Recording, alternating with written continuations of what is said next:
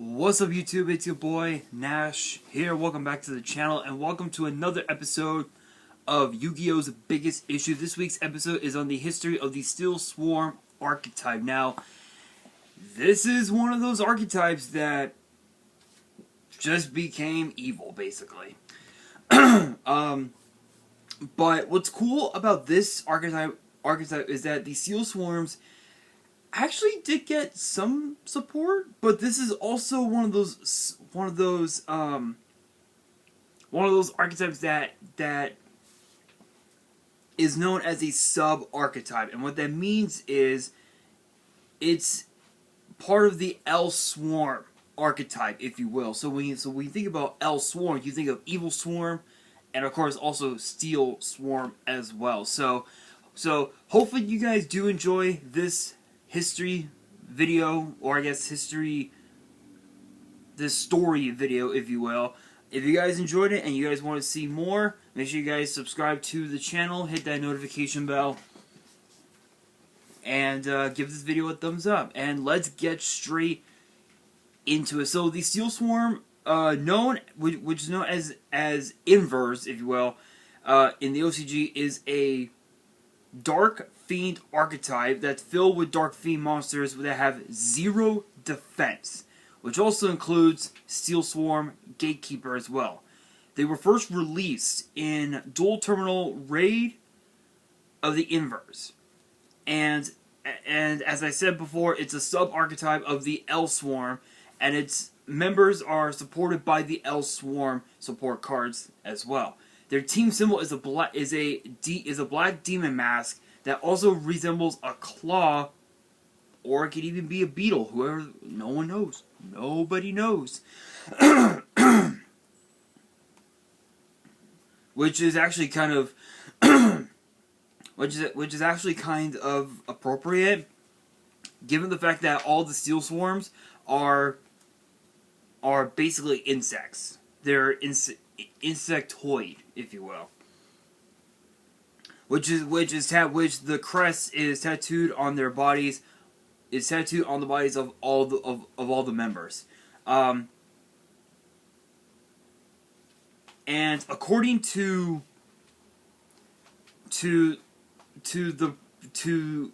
promotional material for Duel Terminal Judgment of Omega, they also happen to be enemies of all of the other teams that are in the set, and by that, they're actually enemies of all of the other archetypes that I had talked about here on the channel, which includes Vion, Gusto, Gishki, Gemini, Laval, and also Ice Barrier, from what I've been here, from what I've heard. But the Duel Terminal story. These SteelSwarms are demons that were sealed in the dark in the deepest abyss, if you will, during ancient times. And after losing their battle for control of the world against the Vylons. They were awakened from the chaos coming from the war between the Gusto and the Gishki tribes on the lands. They started to invade the surface world in order to regain their lost powers. The Vylon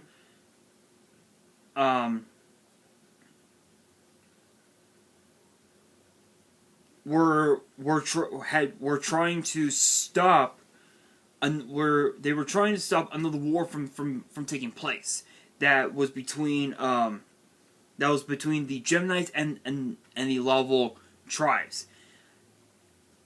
As their leader, SteelSwarm Hercules had released his destructive shockwave power on the surface world. Thus, the light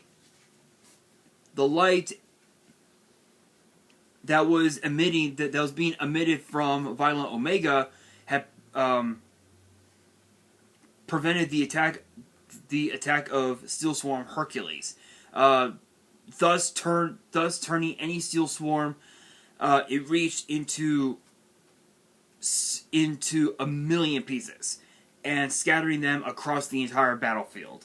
The only thing about this is that again the SteelSwarms had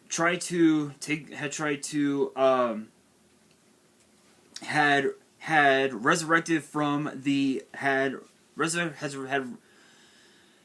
can I not speak this morning? They had resurrected from the abyss, and they were trying to regain their lost power so they could take over the entire Duel Terminal World, but it was to no avail. Now, as far as the style of this archetype of this deck of the deck itself, it's basically taking advantage of tribute summoning, which their effects generally support or trigger upon tribute summoning, and it's a similar and the concept is very similar to the Monarchs. The only difference is that the SteelSwarm's own version of Treeborn Frog is a lot more powerful, if you will. So the non-tribute monsters usually help or support the tribute summoning, if you will. So the monsters that you can't use to tribute actually support the tribute summoning, if you will. Which is easier to summon those tributed monsters, and they also have and they're also resistant to attacks, and they also have effects that activate when they're also tributed as well. The main non-tribute monster is SteelSwarm Scout, which can summon itself from the graveyard during each turn. So kind of like Vampire Lord, if you will, which is actually kind of cool. And it can be tributed for another SteelSwarm, which works similarly to Treeborn Frog. So SteelSwarm Scout is basically their version of the Monarch's Treeborn Frog, which is really cool. All of the tribute monsters except for SteelSwarm Longhorn have their effects activated when they are tribute summoned, and most of them activate their effects just by paying 1,000 life points. Although there are a couple of exceptions, which one of them is how do I pronounce that one? Such as SteelSwarm Kokastag, I believe it's pronounced, which is basically which is like one of the boss monsters of the deck. So it's it's actually it's an 8-star Dark Fiend, obviously 2,800 attack, 0 defense. It was released in Hidden Arsenal 5, which I believe, let me get my book out, which I believe was SteelSwarm Invasion. So its effect says, when this card is tribute summoned by tributing 2 SteelSwarm monsters, activate one of these effects. Destroy all monsters on the field except this card. Destroy all spell and traps on the field. So it can either be a Regeki, or I guess rather a Dark Hole, or it could be a Harpy's Feather Duster, which is really cool. And it doesn't have and you don't need to pay any life points. So that's like the only exception. Hercules, on the other hand, you have to pay half of your life points, and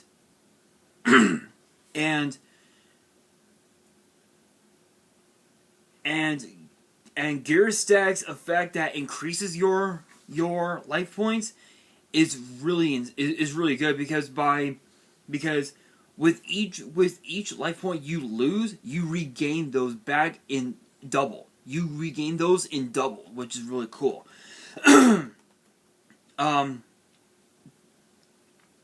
So the first two main support cards for the deck, which are first step towards Infestation and Infestation Wave.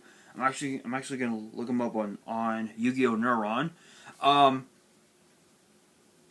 They return a selected SteelSwarm tribute monster to the owner's to the player's hand, which is actually really good. Let me take a look at those cards. Hang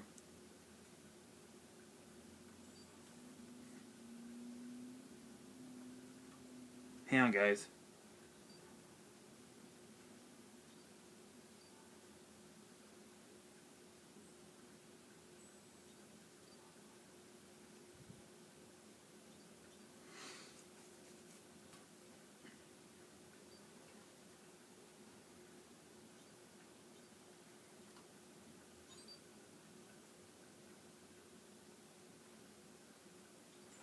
Okay, well, apparently Neuron is being updated, so I'll take a look at it in a second, in a bit. But yeah, so there are several. So this can actually be used to reactivate the SteelSwarm effects, when they should be summoned. As well as saving them from being destroyed from being destroyed by battle or by card effects as well. Furthermore, actually, truth be told, the effects can also allow you to draw extra cards, as well as as well as allow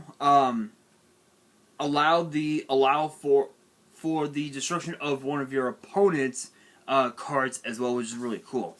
Let's actually.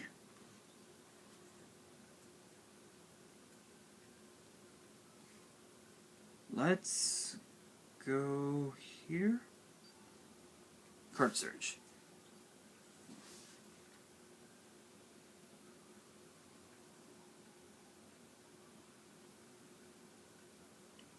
Really? No. Give me my fucking keyboard. Stupid phone.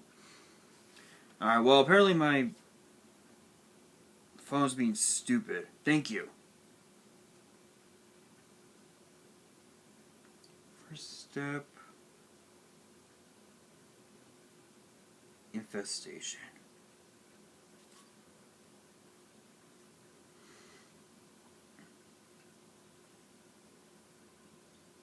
Here we are. Okay, so first step towards infestation is actually a quick play spell. It says return one face of tribute summon SteelSwarm monster you control to the hand, draw one card. Okay, so it's basically that.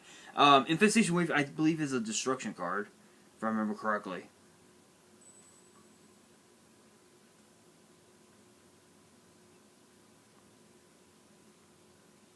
If I remember correctly, I believe that is a destruction card. Yeah. Okay. Yeah. I thought so. Okay. So by playing these two cards together, if you have multiple SteelSwarms, you can activate first step towards infestation, and then activate infestation wave. That way, because that you're you're going to be drawing a card, you can actually chain block your opponent from activating Ash Blossom, which is really good. Infestation Tool, I believe, is actually kind of a cool one.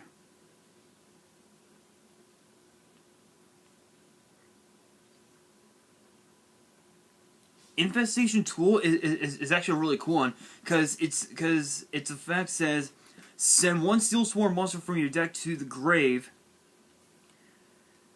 to target one face-up SteelSwarm monster you control. It gains 800 attack until the end phase. So basically, it's kind of like an equip card, if you will, and it can actually help you put Scout in your grave, and Infestation Ripples works like a trapped version of Monster Reborn at the cost of 500, which I believe that's what it does. Infestation Ripples. Let's see.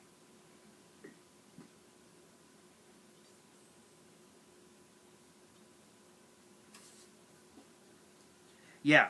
Okay.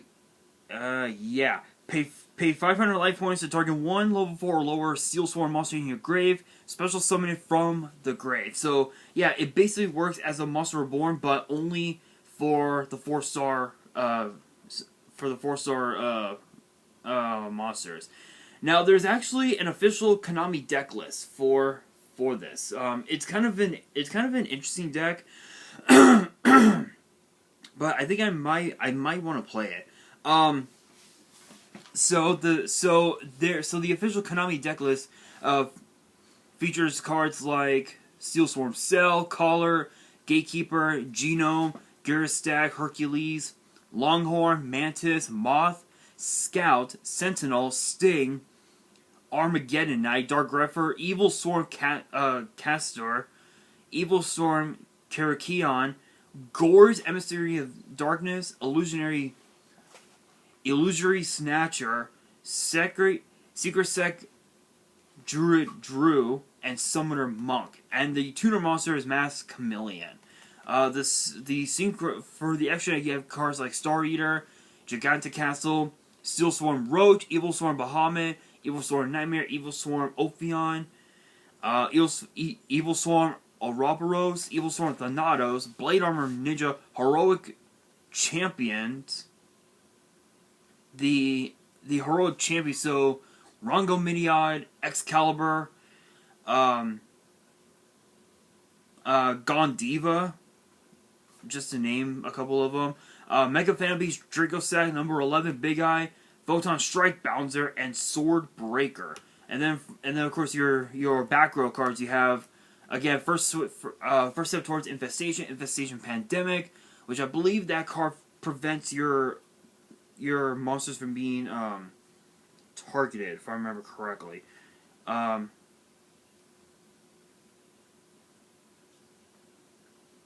Yeah, I was right. All face-up L-Swarm monsters you currently control are unaffected by other spells and traps this turn. Yeah, I thought so. Allure of Darkness, Creeping Darkness, Double Summon, Fool's Burial, March of the Monarchs, Recurring Nightmare, Rhoda, Starlight Starbright, and Ties of the Brethren. In the traps you have Infestation Infection, Ripples, Terminus, Tool, Wave, and Grisail Prison, which I believe works like a poly? If I remember correctly?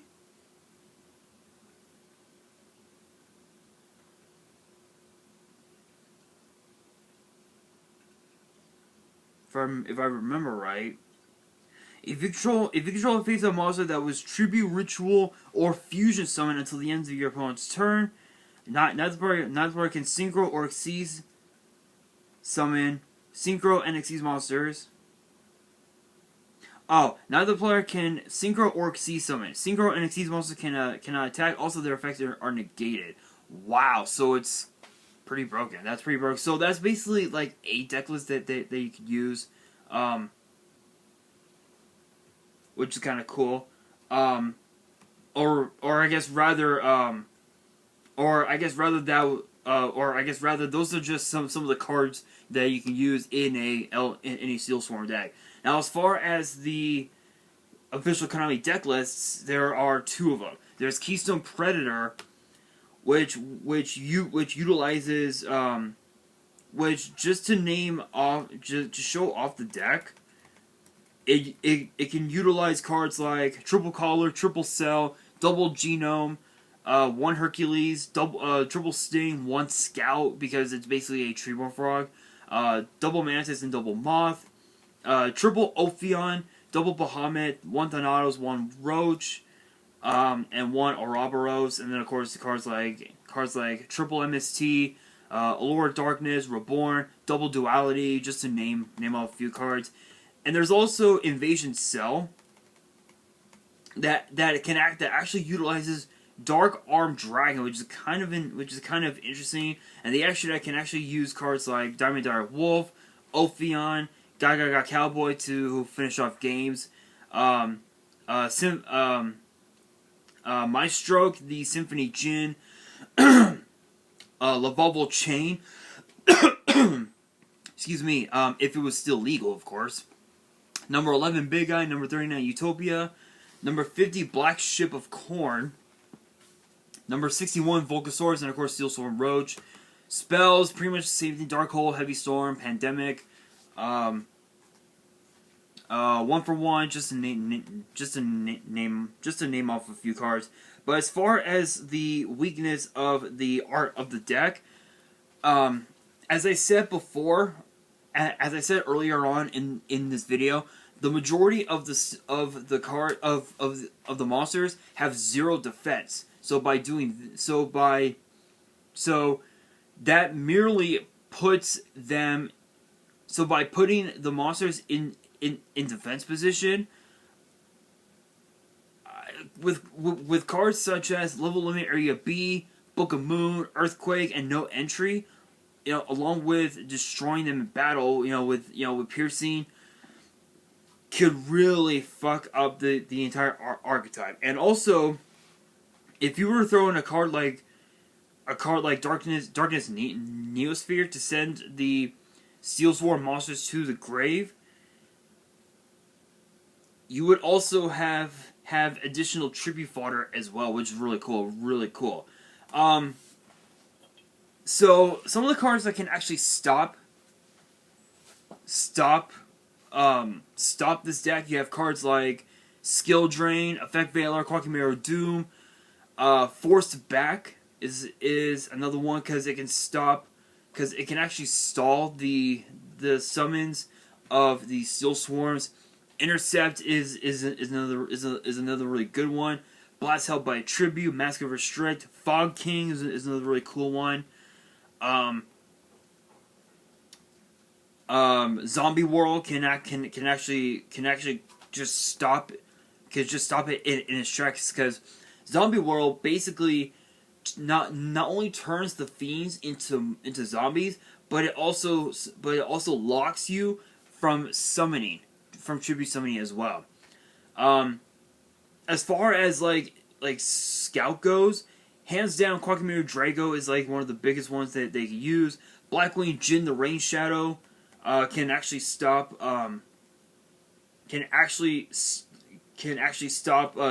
Gatekeeper as well. Soul Drain, Mind Drain are really cool ones. Those are just some of the big cards that you can use to stop the SteelSwarm. So, could we see any SteelSwarms get new support? It is possible, but I really don't see it happening anytime soon. In fact, I think the last time we got support for them, the last time we ever got support for them was actually Extreme Force. As far as the TCG sets go, that was the last time we ever got support for them. But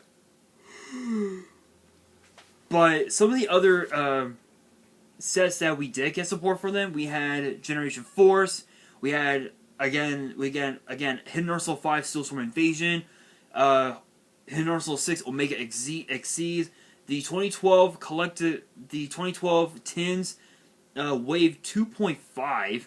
I don't know what the hell that was about. Duel Terminal 5B and 6A, and then of course Extreme Force as well. So that is going to do it for this video. Do I believe this archetype needs new support? It's possible that we could see them get new support, but it's not likely. It is not likely. Maybe a structure deck? I don't know. But guys, that's going to do it for this video. Hopefully you guys enjoyed. If you did, make sure you guys smash that thumbs up button. If you guys are new to the channel and you guys want more episodes of Yu-Gi-Oh's Biggest Issue, which gets posted every Friday, make sure you guys subscribe to the channel and hit that notification bell so you guys do not miss out on any new content that comes your way. And be sure to follow me on Twitter and Instagram. All the links will be down in the description below. And if you guys have fan mail that you want to send me and want me to open up on the channel, my address will also be in the description as well. And on that, this is your boy Nash, signing out.